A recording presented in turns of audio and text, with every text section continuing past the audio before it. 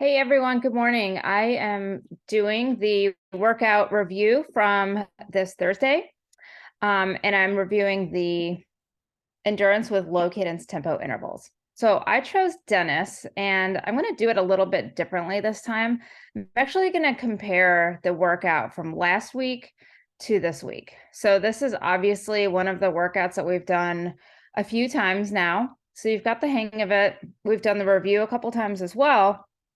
So what we're doing each week or each time we do this is really extending the amount of time and zone that we're doing in the low cadence tempo part of the workout within the endurance ride. So I want to just take a look at last week, Wednesday the 9th.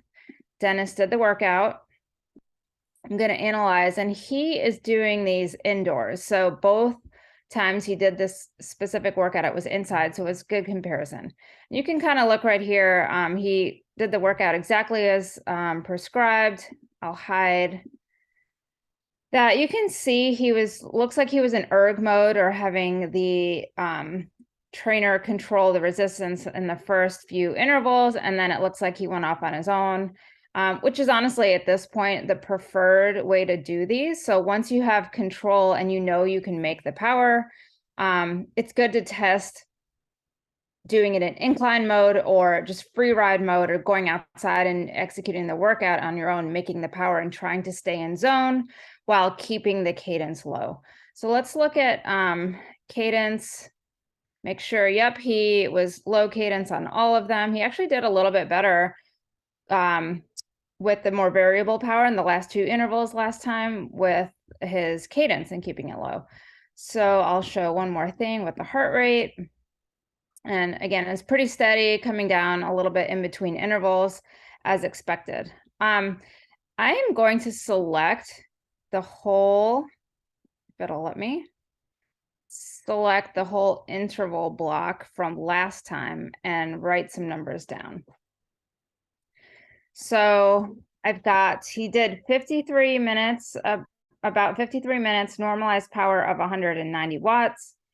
Power to heart rate was 2.01. Efficiency factor was 1.22. His average heart rate was 156, and his average cadence was 67. Okay, so I've noted those numbers down, and I'm going to close out of here and compare that to this week's work. So what we want to do when we look at our own training is there's so many ways we can see improvement, right? And see progression after we've completed the workout. So here yesterday, you can see he actually got his second highest 60-minute power for the last 90 days. So already you can see it was a good workout. He completed the TSS a little bit higher than planned, a little bit higher intensity factor. So it looks like he had a good ride. So I'll go to analyze again, and I'm going to do exactly the same thing. So we can see that he did the workout inside again, but this time, instead of doing it in erg mode, it looks like he was in incline, which is great. He's making his own power, trying to stay in zone, which he clearly was doing a great job. I'll go ahead and hide the workout again. And let's look at the cadence. It was a low cadence workout. How did he do? He did really well. So he started out a little bit, looks like a little bit on the higher side, and then really figured out how to settle into it. Maybe he was alternating some sitting and standing, which is why we see some of the power increases too, which is, again, completely fine and good practice. When we look at heart rate, we can also see it sort of drifting up a little bit more. And maybe that is due to him standing a little bit more and just having a little bit more variability in his, output, likely due to his position, cadence change, and things.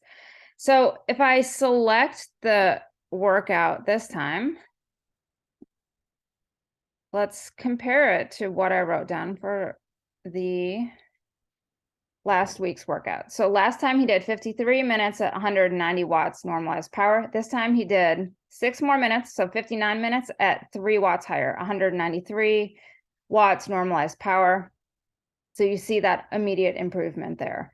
Higher watts for a longer period of time. Power to heart rate, 2.37, compared to last time, 1.52. It was a little bit higher, but again, it's not always the best metric to use, but you can also kind of see his heart rate drifting up here And again, that could be because he was doing the first few seated and then he started standing. So still, you know, under 3%. So it's no big deal, really the same. The efficiency factor is higher, so 1.32. Now remember, that's a measure of the normalized power compared to the heart rate. So his efficiency 1.32 compared to last time was 1.22, was obviously better this time. So another improvement there. And you can see that his lower average heart rate, 146 compared to 156 last time. And then his cadence was basically the same. Last time he averaged 67 RPM and this time 68. So again, not